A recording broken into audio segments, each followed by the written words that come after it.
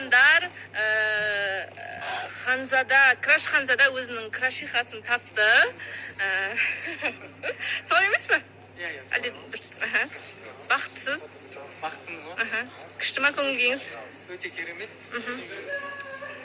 Келіншегіңіз болған қалай екен? Өте күшті. Güzelim kardeşim iyi bastı.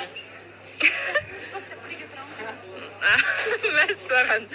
Енді негізі Нұрдәулеттің көңіл күйінің күшті екенін айтпаса да түрінен ақ көрініп жүрген сияқты жалт-жұлт етіп, мәз болып.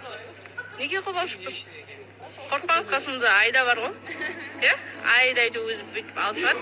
Солай бақытты тілеп кетіңіздер, құрметті оқырмандар, бақытты тілеп кетіңіздер, міндетті эфирде көріңіздер. Құрметті оқырмандар, студия төрінде өзіміздің Айда қызымыз, қазақ елінің келіні. Қалайсыз? Көңіл күйіңіз қалай? Осы жерде көп сұрайтын ем. Мақыргеннен сұрайсыз, мақыргеннен сұрайсыз. Мақыргеннен сұрадыңыз. Алтын сұрадыңыз. Басқасын бірге істеп аламыз. Деп айтыпсыз, маған қатты сол жауабыңыз ұнады. Қалғанына бірге жетеміз деп айтыпты Арина. Көрдіңіздер ма, біздің қыздар ақылы қыздар. Ұнап жатыр ма? Қалай? Жас келін болған күшті ме екен? Жақсы отбасыға түссең оңай болады екен бар. Бастысы бақыттысыз, көңіл күйіңіз күшті.